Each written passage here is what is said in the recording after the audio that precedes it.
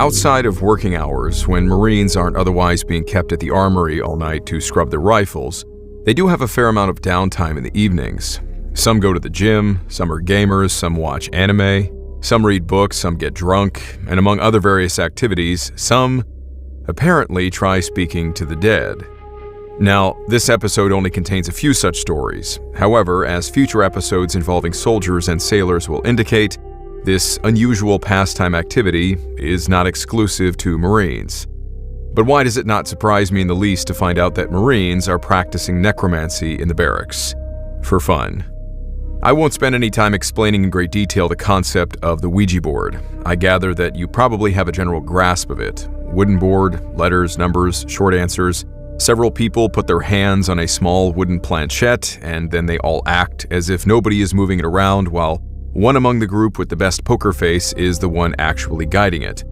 Or maybe like my experience with being hypnotized, each person just allows for the suspension of disbelief to take place and takes part in the game, everyone taking it in turn to guide the device to the next letter or answer, all while convincing each other a spirit is moving it. But what if the game ended and the planchette continued to move on its own? What if other unexplained things started happening? If these following stories are to be believed, and the Marines telling them are certainly very sincere in assuring us that these events did in fact happen, living in the barracks is bad enough.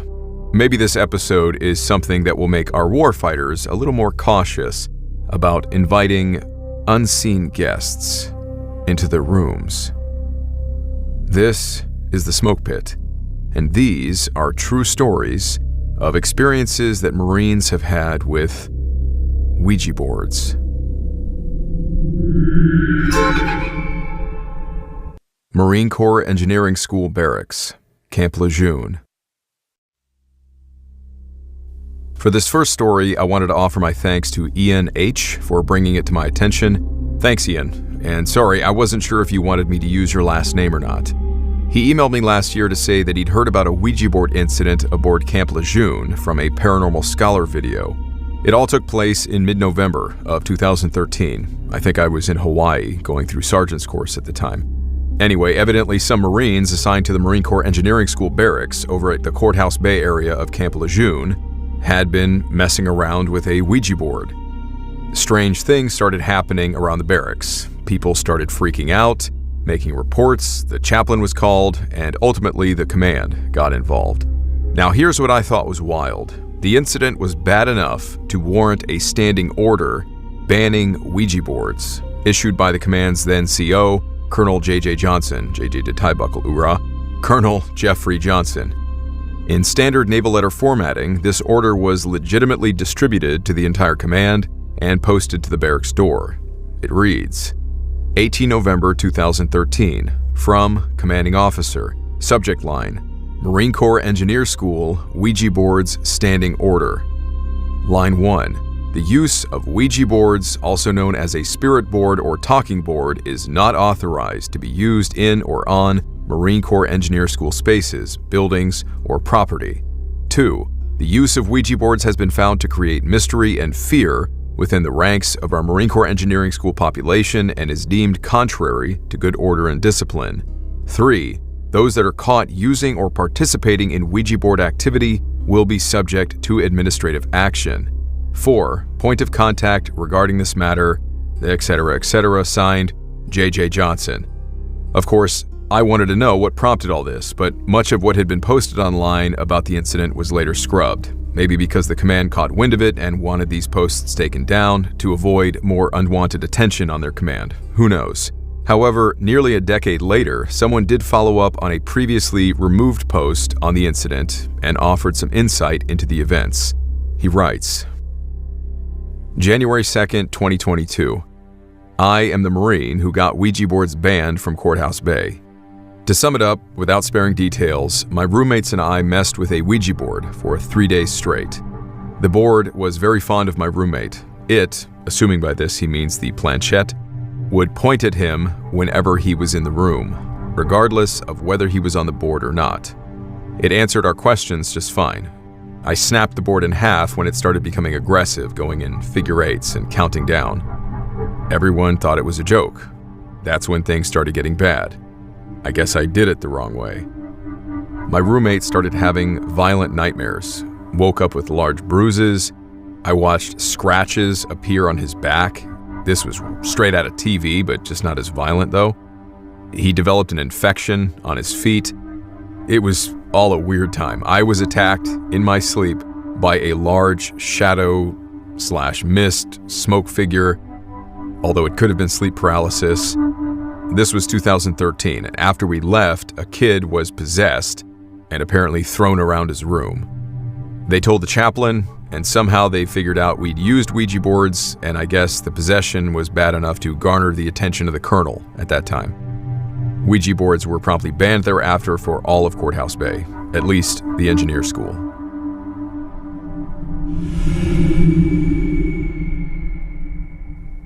Well, all of that sure would get the CO's attention. The commanding officer who wrote that standing order, Colonel Johnson, retired from active service in the Marines the following year, his last duty station there being the engineering school. I bet hands down this is something from his Marine Corps career he will not quickly forget. Do you tell this story at parties, sir, or is this something you'd like to forget ever happened? I don't know the man. I can't imagine what was going through his mind as he sat down to have to write that letter. Or maybe I can. I expect there was a lot of choice swear words and wondering what the hell was wrong with young Marines these days. Reading over his retirement edifications, Colonel Johnson had a significant impact on the Marines he served with, including the Marines under his command. I only mean this in jest, because I have the utmost respect for his 24 years of service, including his tours to Iraq and Afghanistan, but considering he retired from the Marines only 8 months after this incident, I do wonder if this incident possibly factored into his decision to finally retire. As Ian pointed out when he emailed me, the Paranormal Scholar channel had included this story in and amongst a compilation of Ouija board incidents, stating that their original source was a rallypoint.com article posted by a Marine staff sergeant who was involved in the incident, possibly the same Marine who took the photo of the posted order. I couldn't find that article that Laura, the host of the Paranormal Scholar, mentioned, which may have contained more details than I was otherwise able to track down. She had stated from her research there were various other strange happenings that resulted in scaring the other Marines in the barracks out of their wits and ultimately bringing it to the command's attention. Things like doors opening and slamming on their own, disembodied voices and other sounds, voices of little girls screaming in the nearby woods. Laura also stated that following the incident, the engineer barracks had implemented a, quote, permanent sitting post to protect the barracks from what she referred to as, quote, intruders, both seen and unseen. I expect she might have mistaken the 24-hour fire watch that the barracks would have already had in place, which every Marine barracks has, for some sort of special, just implemented 24-hour ghost watch. I can't imagine any reasonable commander like Colonel Johnson would seriously expect his Marines to patrol the barracks every night and scream, "Identify yourself," to spirits.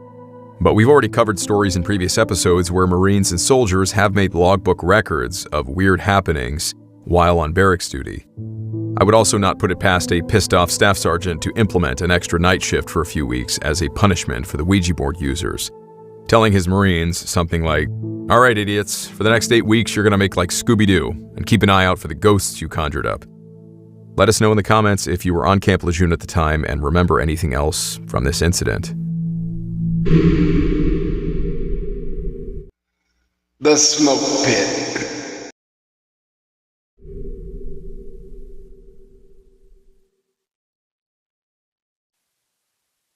It kept coming back. So, we got f***ing jokes, huh? We think it's f***ing funny, right? Play with this f***ing shit to put this f***ing shit on Gunny's desk, right? Gunny's just a f***ing idiot, right? You're gonna break into his f***ing office and you're gonna put this shit on his desk. Who the f*** broke into my office? I want that f***ing to step forward right now. I will take off my f***ing rank and we will go f***ing toe to toe right now. Who the f***? I will page 11 the lot of you if one of you doesn't step forward right now and tell me who the f*** did this. Oh, nobody, huh? Nobody. You all f***ing jokes. Jokes on Gunny, right? Jokes on Gunny. Yeah. The next story was also found online while trying to find more information about the previous story involving Camp Lejeune. This writer doesn't offer us much by way of details about when or where, but if true, his story is certainly exceptional. He writes, "This is going to be a fairly long story, and I'm going to leave out names and places. I was stationed on a U.S. Army base. I was in the Marines, so we had our own detachment separate from the Army. I'm curious if the base he was on wasn't Fort Leonard Wood. I've got some other stories about that base, but there's other Army bases that have Marine Corps detachments. That's just one that I'm aware of. Anyway, our gunnery sergeant caught one guy using a Ouija board one night. Gunny later threw it in the trash in front of all of us while standing in formation.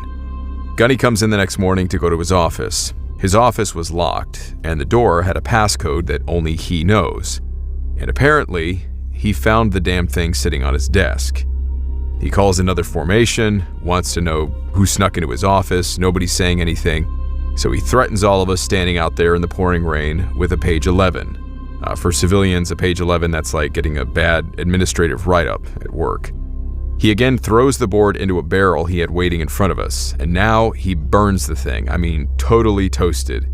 Ashes. There is nothing left. He comes in the next day and finds the exact same board sitting on his desk. He loses his mind. And I mean, the guy went absolutely ballistic. He calls in a priest who blesses this chest, puts the board in the chest, chains it shut, puts 7 padlocks on it, and puts it in the basement of the admin building behind an old armory door. He then calls the commanding general of the base to come and have a chat with us. From that point forward, the rest of my time stationed there was a living hell because of that effing board. I haven't seen one or touched one since that nonsense went down.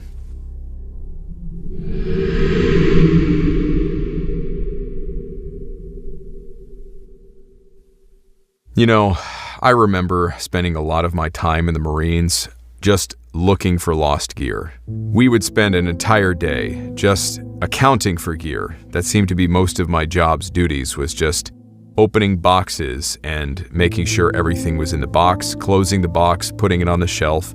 A week later, taking it back down, opening it, making sure all that gear was there.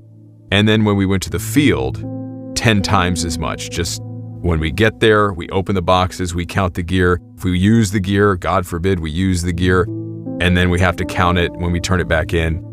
So we spent a lot of time looking for lost gear. I mean, we would drive across an entire island just to go back and pick up a serialized radio that had fallen off the back of a Humvee. And don't even get me started on guys losing things like their rifles, PECs, ACOGs, crypto-filled devices, the Dagger GPS devices, we lost one of those, and having to literally walk entire training areas for hours just to find these things, often in the dark. Lost gear means a lot of paperwork, and someone's going to get cursed out and yelled at. So maybe if we just strapped a Ouija board to everything, we would never worry about losing gear. Just check Gunny's desk the next morning and bam, there it is. In all seriousness, I do wonder if someone wasn't just making Gunny's life miserable by slipping a new Ouija board onto his desk every morning. An unfortunate mistake, since, as they say in the Marines, shit rolls downhill. So if Gunny is miserable, everyone else is going to be miserable.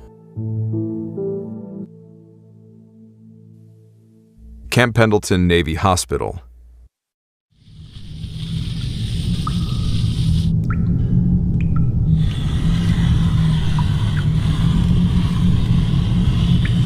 You sure it's not you moving it? No, it's not. Shut up. The instructions said not to talk so much. Mr. Spirit, what is your name? J. R. Junior. Man, I think we should go. This was a bad idea. PMO's probably... Yeah, we'll go in a minute. Don't be such a wimp. Let's find out more about this guy first. What should we ask him? Oh, I know. JR, are you a good spirit or an evil spirit? B. A. D. The candle.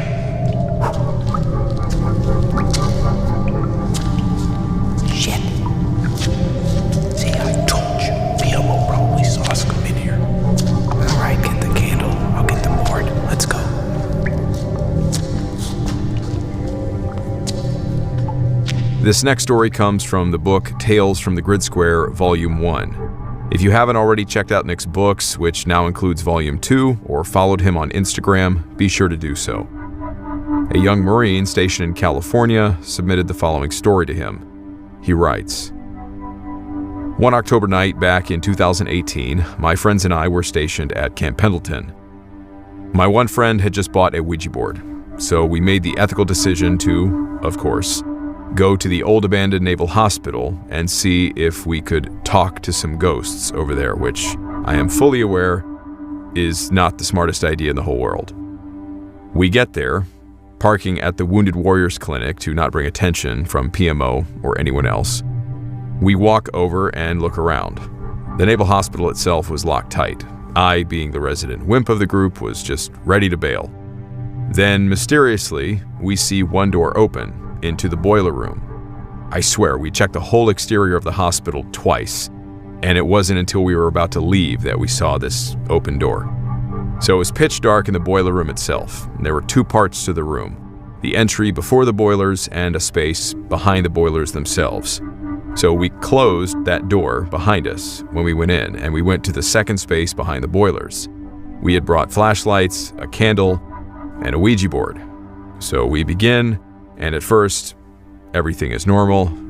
We're trying to stay quiet so we can listen to any possible PMO, police officer, come in, and then we got down to business. We begin asking questions, and in response, we got a JR who died there, so on and so forth.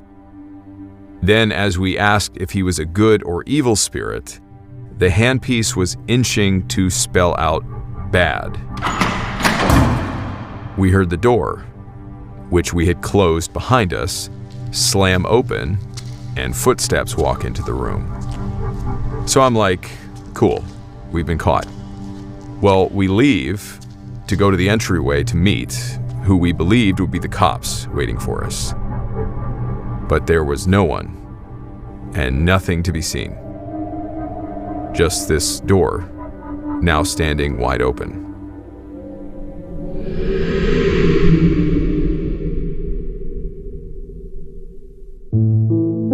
Camp Pendleton was one of my duty stations, and because of the time I spent driving back and forth to the Wounded Warriors Clinic he mentioned, I have seen that old naval hospital many times, just never went there myself. The base opened a brand new hospital in 2014, thus ending the need for the older one, which was originally built in 1974 to replace the original 1943 hospital construction. In both cases, the hospitals were replaced because they were becoming dilapidated and in need of repair, and I think the 1970s one wasn't up to earthquake codes, something like that. Of all the places my experience would tell me one could expect to find spirits, it would be in an old hospital. My brother, for a time, worked in a terminal children's ward in a university hospital. And one day, I was on the phone with him, and without really any reasonable segue in the conversation, he just got real quiet, like he was thinking about something, and he asked me, he's like, "Luke, do you believe in ghosts?" And I said, well, I've heard a lot of stories, and they're in the Bible, so, there's got to be something to these things, right? He then told me some stories about things that he had seen or heard from other nurses on staff in that hospital. And I've never known my brother to make up stories or to even have an interest in the paranormal. He was really the last person that I would have expected to tell me a ghost story. So it's hard for me not to just take his stories at face value, and maybe in future, when I get a chance, I'll share them with you. So hospitals. Yep, they can be creepy. Being in service throughout the Vietnam War and every conflict up until 2014, I can imagine the old, abandoned hospital on Pendleton has seen its fair share of death and misery. And who knows what's still in there.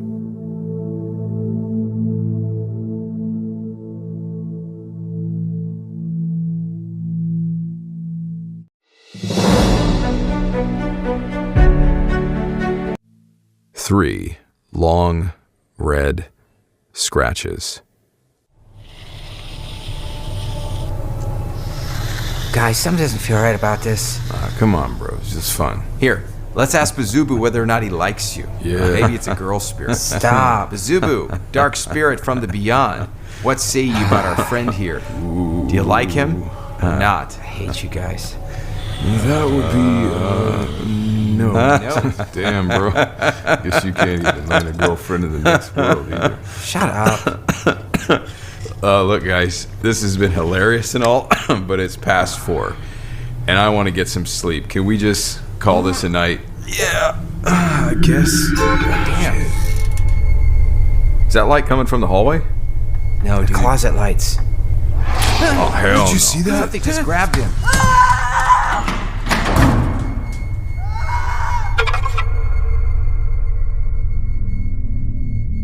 This final story was posted in a comment on a previous video by one of your fellow viewers who goes by the handle Tom Felton's Perky Nips. Okay, I'm a Harry Potter fan myself, speaking of ghosts and things. Not sure if I'm that kind of fan of Tom Felton, though. He played Malfoy. But if you needed any proof that this story was posted by an actual Marine, I think his choice of a username is more than enough to prove that. Anyway, he writes, Marines here. I was stationed on Camp Pendleton around a decade ago. A few buddies of mine decided they would mess around with a Ouija board for fun. This is the early 2010s.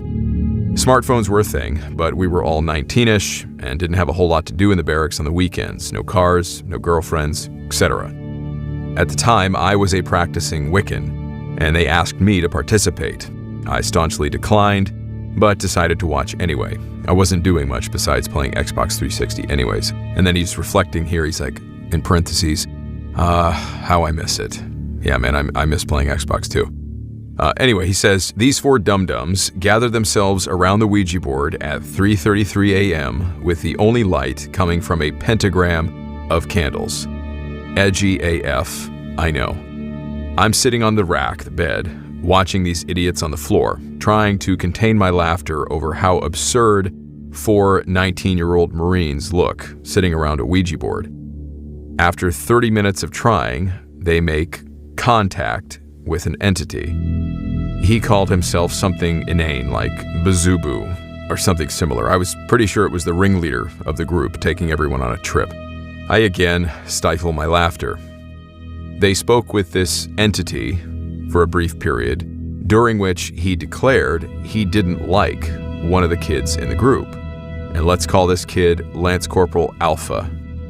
I'm openly laughing now at the ridiculousness of this whole thing, and I suggest we all just go to bed. And it was at this point 2 very strange things happened.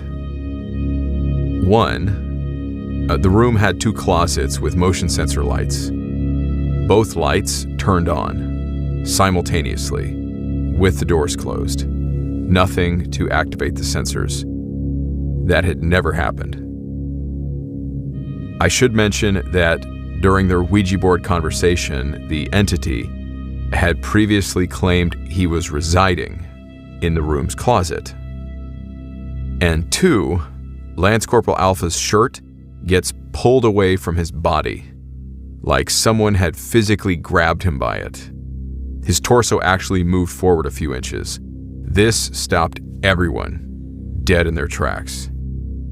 Lance Corporal Alpha, understandably so, screams at the top of his lungs and hightails it into the hallway outside the room. He had a broken leg, and he was moving faster than I'd ever seen him move. I immediately followed after him. Now, this kid had close-cropped hair like a high and tight, so his scalp was visible.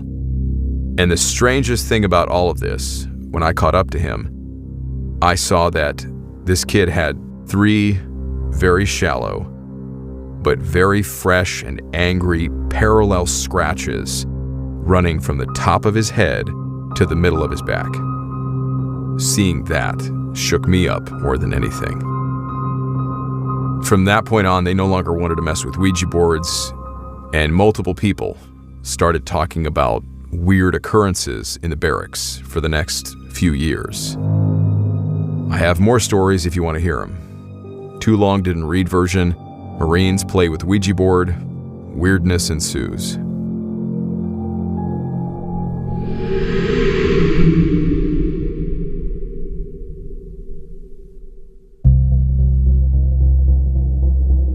Yeah, brother, I know this was posted as a comment, so if you haven't tried emailing me yet, yeah, send me those other stories you got. I'd love to read them. Wiccan. Interesting. I saw a lot of dog tags, but I never saw Wiccan as a professed religion on them. At one point, I had them print Jedi on my tags, though. Figured if I ever died, someone would at least get a laugh. This also reminds me of the Night Shift on Fort Campbell episode where Robert said he once met a soldier who said he was a druid, which was his reason for being caught running naked in the moonlight. He probably had druid stamped on his dog tags. As for this story, I never saw the movie The Exorcist, but it caught my attention during some light research for this episode that, like the funny name these Marines came up with, Bazubu, Pazuzu was the name of the demon in that 1973 horror film. In the film, the girl becomes possessed by this demon after, similarly, using a Ouija board. An odd coincidence, if anything, just something I thought worth mentioning in relation to this story. Maybe these young Marines had started out trying to mimic what they saw in the film and ended up bringing it to life. The movie itself was actually derived from the novel The Exorcist, which was inspired by a true story of a demon possession from 1949, in which a 13-year-old boy was purportedly possessed after using a Ouija board. The author, William Peter Blatty, had scoured the priest's notebooks from that boy's case and became convinced that demon possession was real. Evidently, the young boy also had strange red scratches appear on his skin as well. Blatty also played around with the Ouija board while writing the novel, and after a period of 10 days, he later explained that he stopped messing with it when, like these young Marines, strange things started happening in his home, such as his phone flying off the handle when it rang, or his typewriter suddenly writing out lines of gibberish on its own.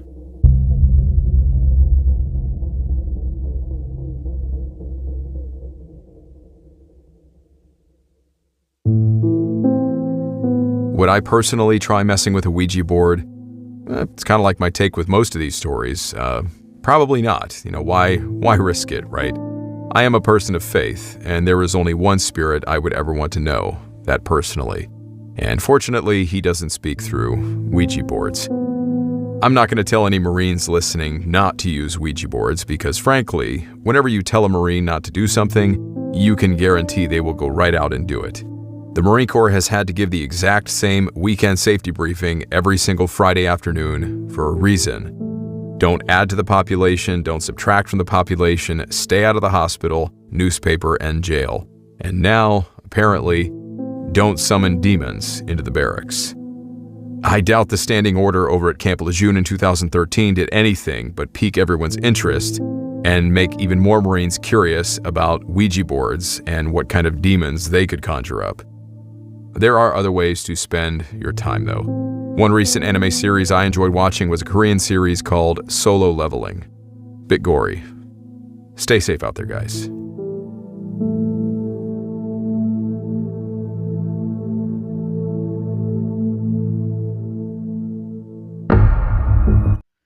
Hit the like, subscribe, and notification bell.